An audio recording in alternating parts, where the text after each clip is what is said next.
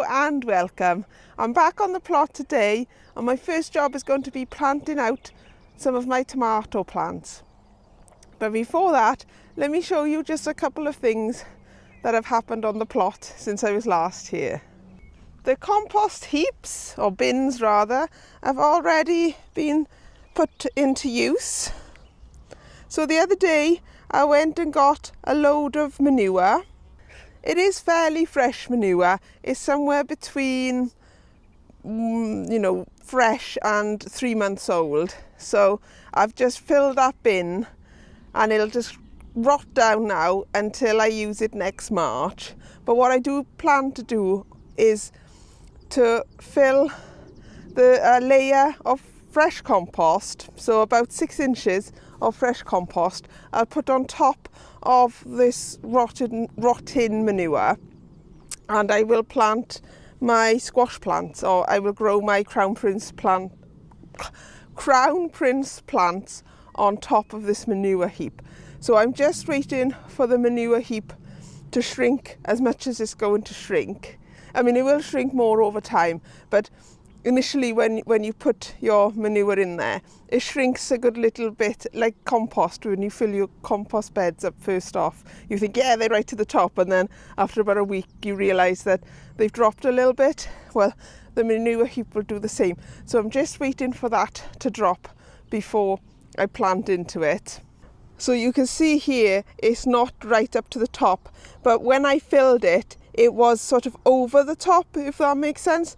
So I filled this up on Saturday and it's now Monday. So you can see how much has dropped since then.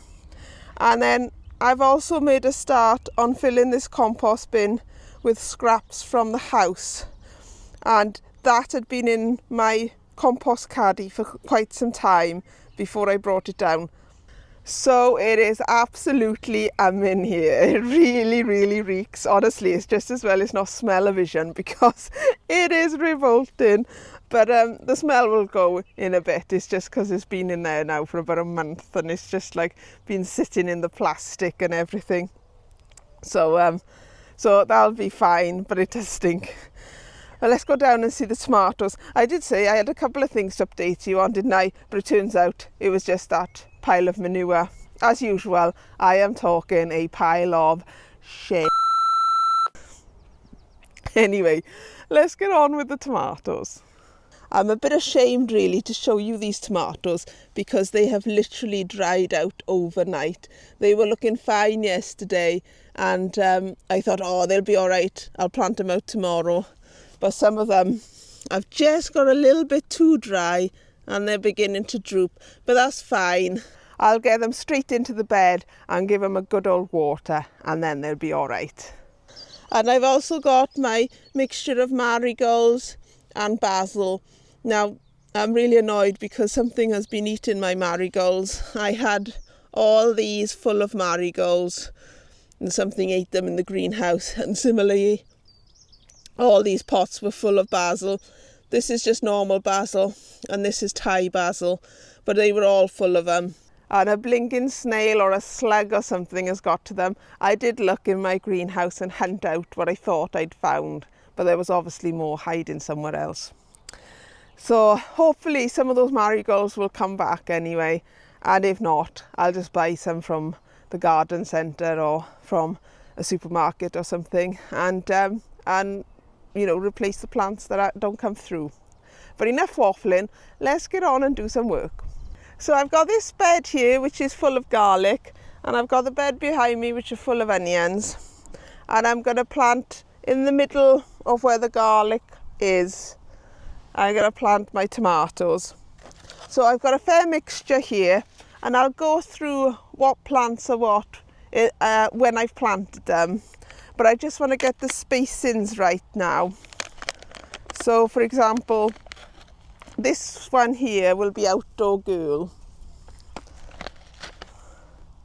So I'll just pop that one there.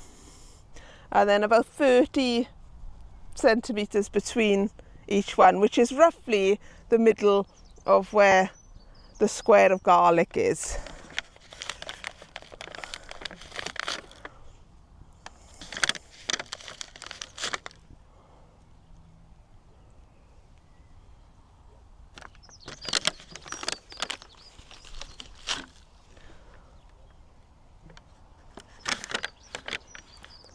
The ones that are left in this are called tigerilla, and I want to grow them on in my greenhouse.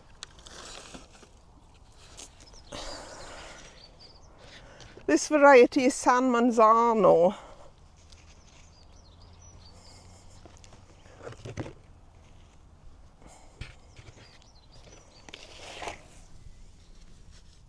My garlic will be coming out soon. I'm giving it towards the end of June, and then I'm going to harvest them. But in the front here now, I'm going to go some basil, and down the middle there, we'll go some marigolds. So I'll get on and plant these, and I'll show you what we've got when I'm finished.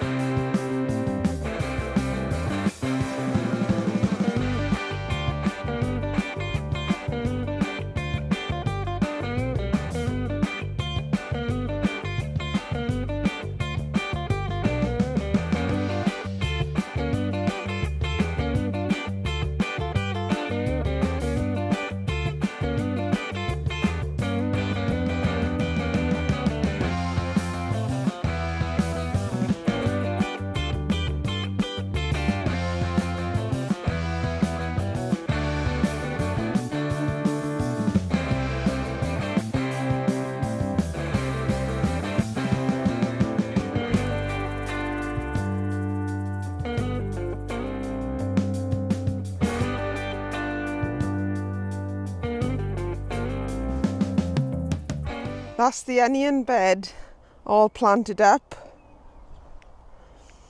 And here's the garlic bed all planted up. I'm looking at this garlic now and I'm thinking maybe I should have taken it out.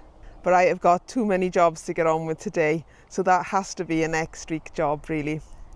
Let me get back to the onion bed.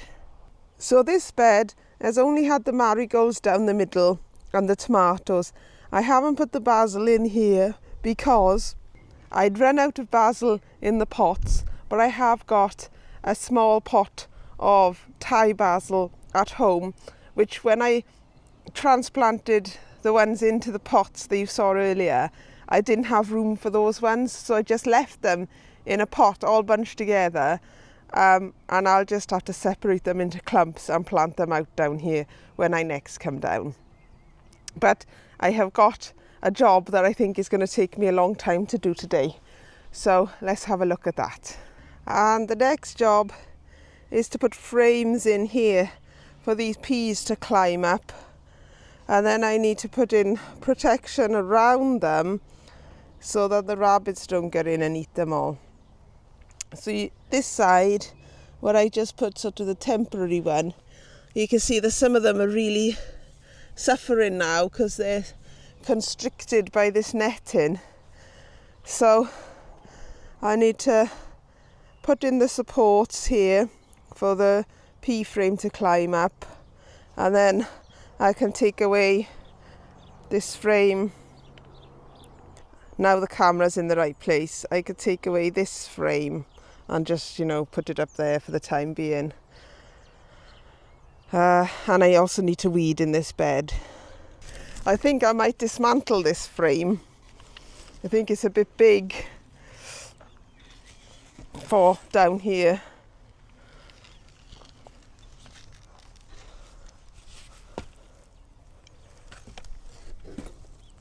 Well, made a hash of that. I can't help myself. If I see weeds, I gotta weed them.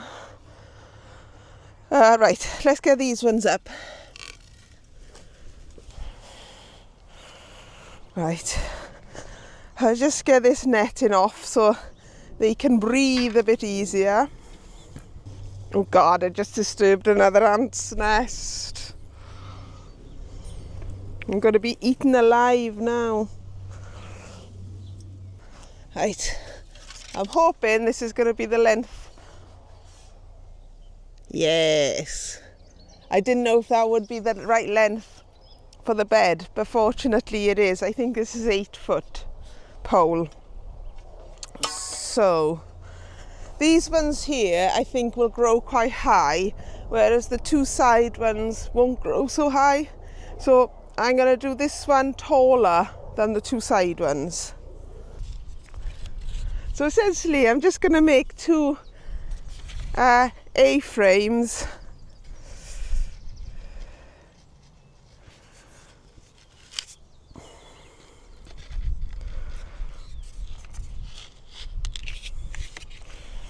I was just getting some cable ties and some trellis netting.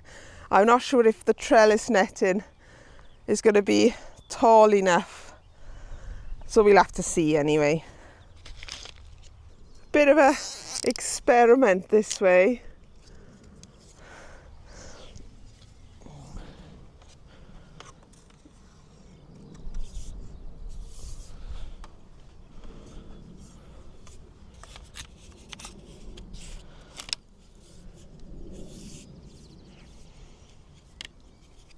Try and make sure they're in as far as they can so they don't fall down. Right, before I cable tie this bit in, let's see if I got a piece that's long enough both ways. I'm not sure I have actually.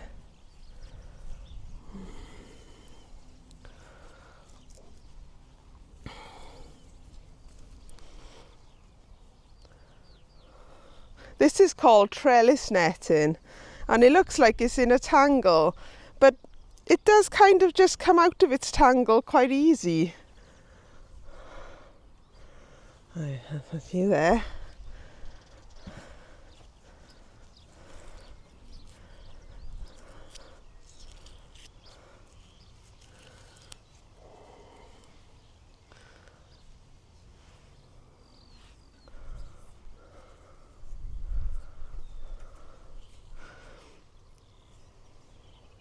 There. I might just be making this worse.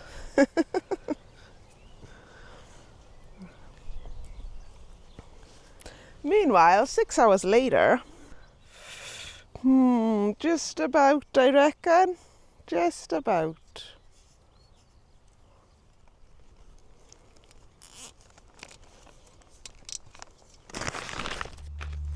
I need a little bar across the bottom, don't I, so that I can fix the net into the bottom as well.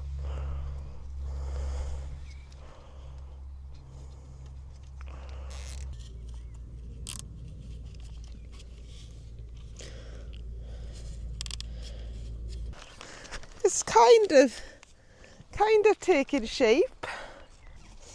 Just move the frame over a bit so that it was sitting more on top of the peas so they can find their way to climb up.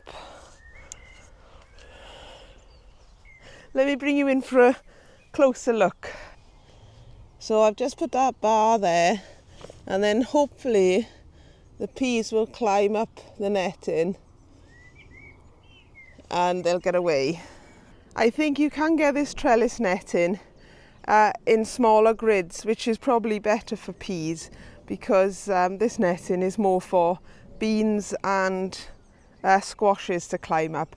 But it's what I had, so I thought, well, I might as well give it a chance and see how we get on with it.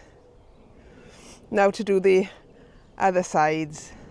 Actually, I'm not going to do the other sides. I've just realised what the time is, and I need to go and get my children from school in about 1/4 of an hour. Therefore, I need to try and protect this before I go. So I'm just popping in some line pins into the corners.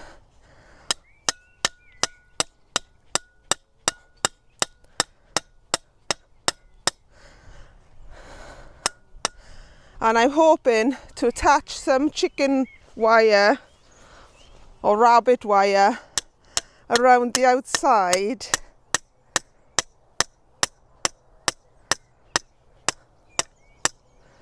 which will hopefully do the job. So I'm just gonna try and get this netting to go all the way around. I haven't really thought this through. So hopefully I'll be back in a bit once I've got my children and I can sort it out a bit more. But I just thought it might help to keep it protected for a bit while I'm away, just in case I can't come back tonight. Right, so I have made it back down here, and I just spent a bit of time weeding the bed, and I took the surround back off so I could, excuse me, so I can continue with the frames for the peas. So I'm going to do exactly the same as I did the long side, and hopefully it'll work out okay. So my poles to go across that I brought down are slightly too long, and I don't really want to break them because they're at a good height. So I'm just going to join two smaller pieces together. I need to remember to bring the end stops down just to put on top of the canes and things so I don't have my eye out. I'm going to try something different with this side and that side, because when I was clearing the plot I found that I had this, which is a slightly smaller version of this, and I reckon this might do the job for the peas climbing up. So I'm going to use this instead.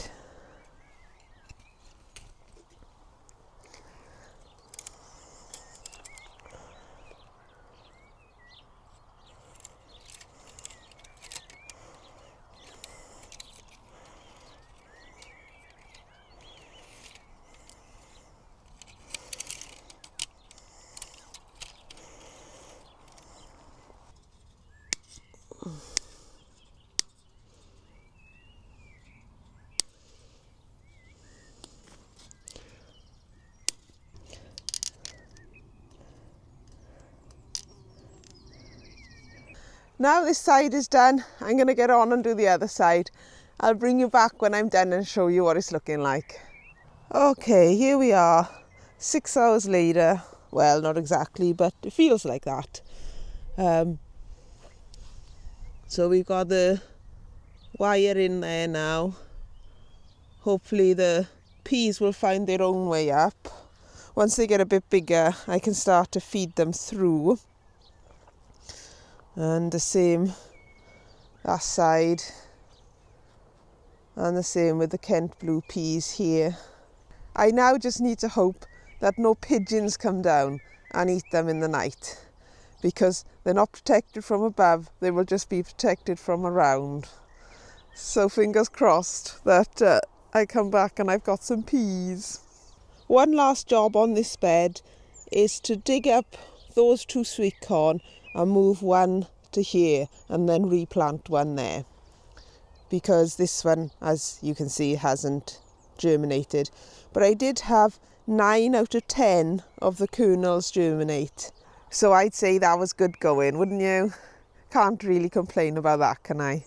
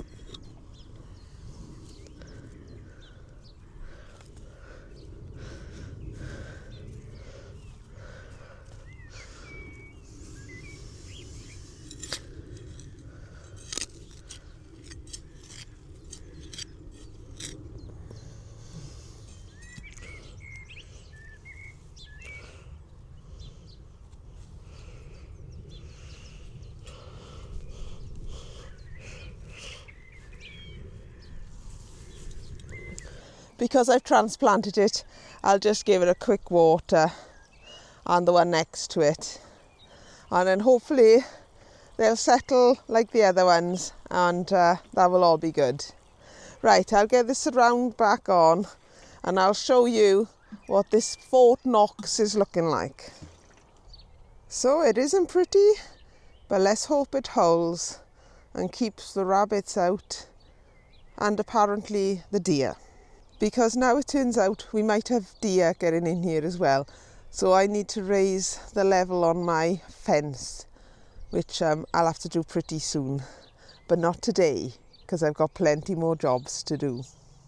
I couldn't resist it. I have to get my my squash plant in here.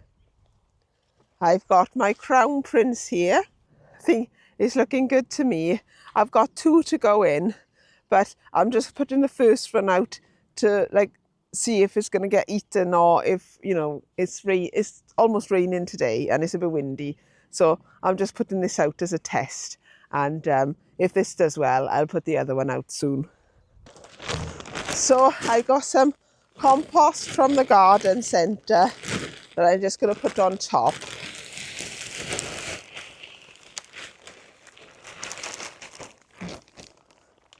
Now, I know lots of people say don't grow anything in fresh manure, but cucurbits and cucumbers, I think, are quite happy to grow, or they don't seem to suffer so much. They quite like the fresh nitrogen that the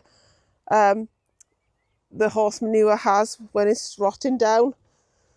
So I'm just going to spread this out now.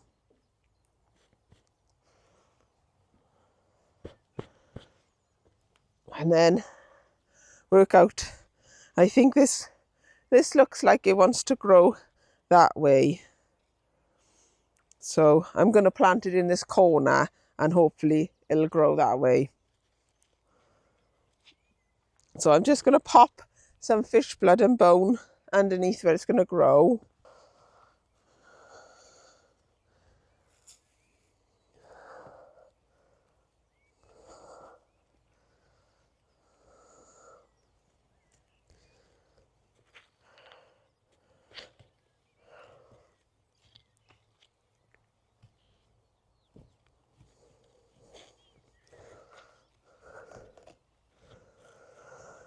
I'll water this in now, and then I'll get on with planting some of the other stuff.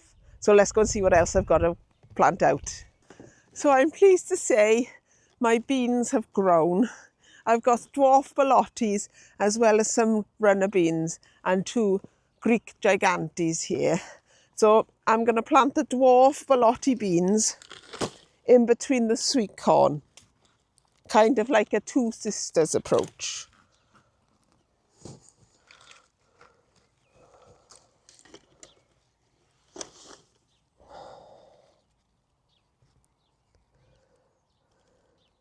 So I'm just gently breaking them apart because I put 2 beans per station because they were my own saved seed and I wasn't sure if they would grow, in all honesty. But they have, thank goodness.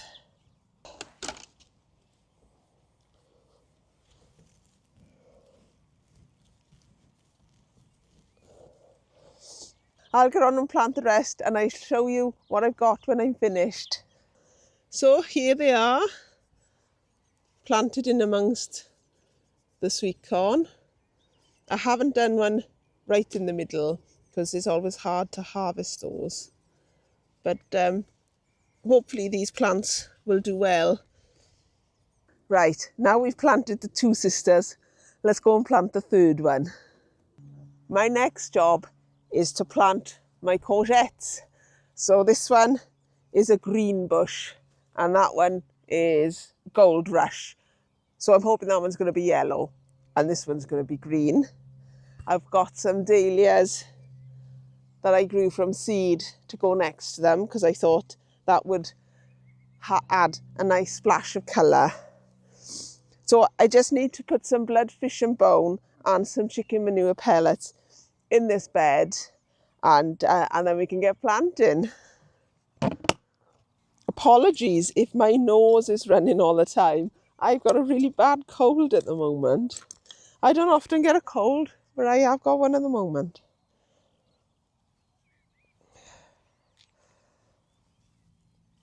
Just sprinkle it round, and then I'll put it in the planting pockets for everything as well.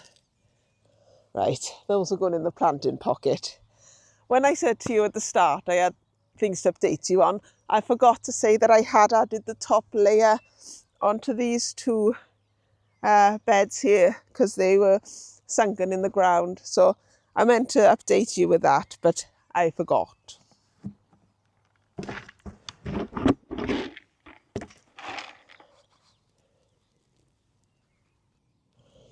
Actually, I probably want it back here, don't I? Change of plan. I'm going to plant it further back.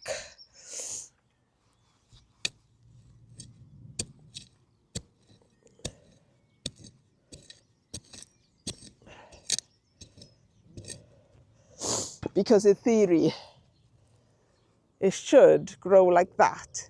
So I want it to grow forward because I don't want it blocking out my dahlias, do I?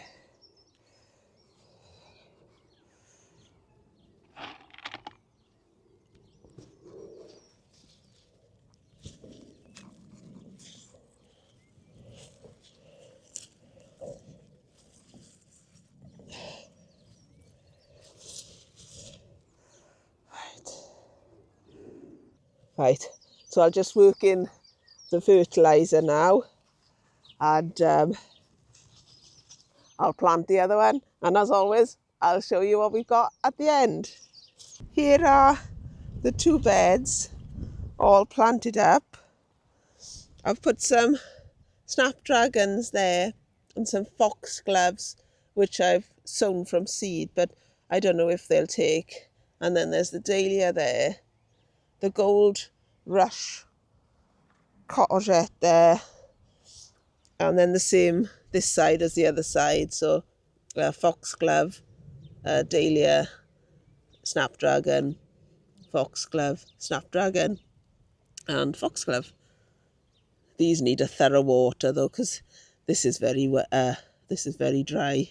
In this bed here, I'm going to put my dwarf sunflowers. So I've got two varieties here.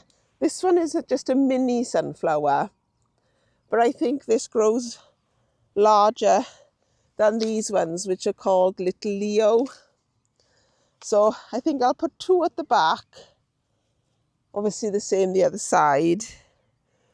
And then I've got 1, 2, 3, 4, 5, 6, 7, 8, 9, 10. So I could put 5 either side. So I'll get on and do that. As always, I need to fish blood and bone and chicken manure it. And I think I'll put some alyssum either side there.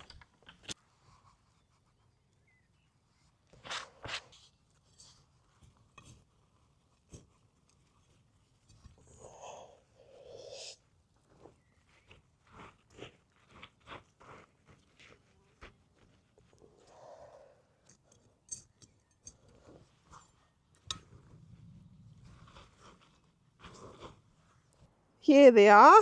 I'm not sure how much bigger they will grow, if they'll grow any bigger at all. But they're very cute, those little ones, aren't they? I'm kind of hoping they'll stay that size, but only time will tell. And exactly the same the other side.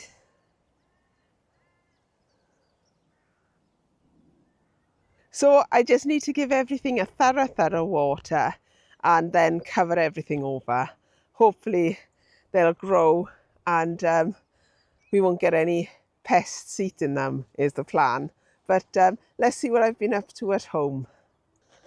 Well, I thought since I got those squashes, well, the crown prince and the courgettes in earlier, I thought I might as well carry on getting some of my squash plants out. So this one here is called Big Max and it's a pumpkin, and that one there is Atlantic Giant. So they're both going to grow into really big plants. So I'm just putting 2 in this bed, and I'm going to do the usual, put in a lot of fish blood and bone into the planting pocket and around it. Oh, it's got caught. So it's a good looking specimen.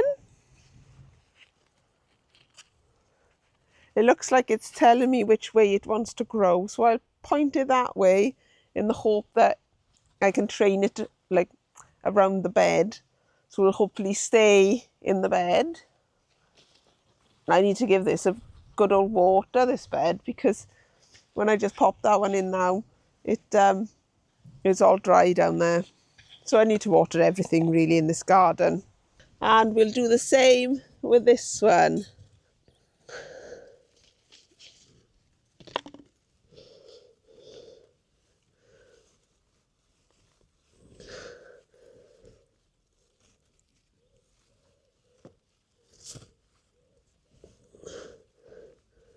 So the pumpkins are sitting next to my Welsh onions there, but they shouldn't get in each other's way. They should be okay.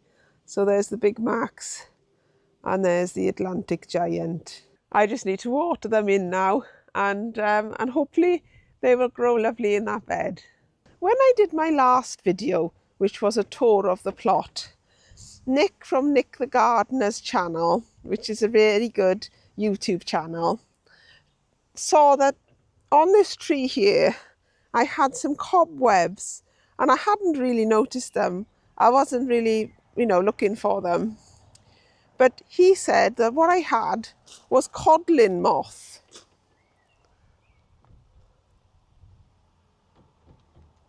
And what happens with this is the cobwebs have little maggots in them. They lay eggs and then they have little maggots, and the maggots will get into your apples or whatever fruit they land on, and they'll destroy all your crop.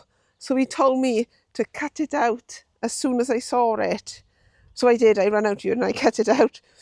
But I kept it to show you, so that if you have anything that looks like this on your trees, then cut it out if you can. I have got some on the big apple tree in my back garden. I'll show you now. So this is the other side of my garden. There's our fence there, and this is kind of like just wild area really.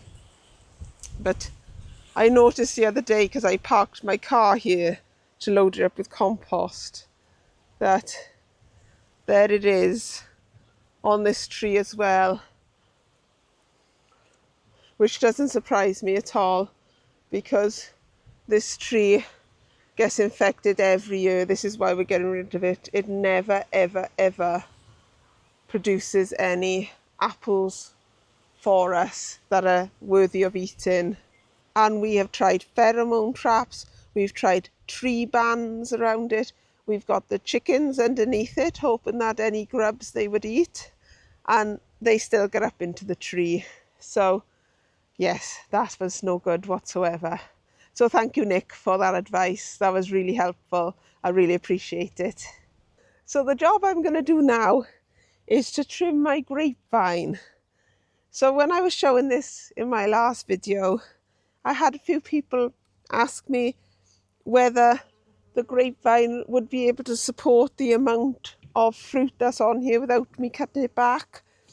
And it would support the amount of fruit, but you wouldn't get the fruit to grow very big. It would more or less stay the size it is at the moment. And if it grew a bit bigger, you wouldn't have like nice grapes to eat. So it's quite important to cut your grapevine back. And it's quite an easy job, but it does look a drastic job because you do take an awful lot of vines off. But essentially, you go back to where the first grape, the grape truss is, as it were, and then you just snip it off there, like that, and you'll end up with this. And you'll think, if it's your first time doing it, you think, oh, I'm doing it wrong, it's too much, it's too much. But it's not. I assure you, if you want to get a good crop of grapes, less is more in a way. So you just keep going like that until you have, you know, a cut back, tidy amount of grapes on there. And the good thing with this is there's lots of prunings which I can take down to my allotment and fill up the compost heap down there. So it's a win-win, isn't it? So this here is the one that I just cut off. You can see I cut it off there. And then if we go forward, you can see the next one here, that's got grapes on it, but I'm going to cut the entire branch off there so that I even out the grape spreadage as well as the number of grapes on the vine. So with this one, there's the first set, so I snip it there. And then with this one, there's one coming off here as well. I'm going to snip that there.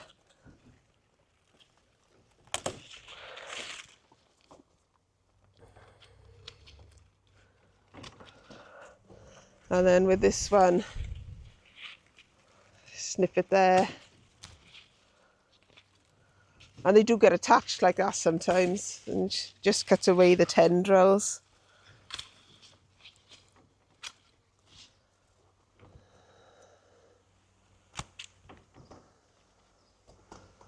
So that one, this one.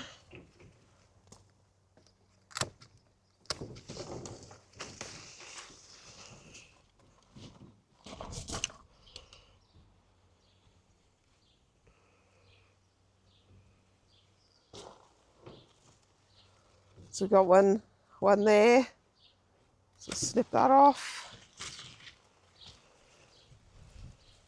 I'll leave that one there, and I'll snip the whole of this one off, because it's like miss one, skip one, miss one, skip one. And then next one, can you even see it? So there's the first one there. Snip that off. It's also going into my neighbour's garden, which I don't want. Snip that off. You can see here, this is the main branch because it's the older, it's more brown. This is the new one where it's more burgundy. So we'll cut that one off to there. Remove that, cut that off to there.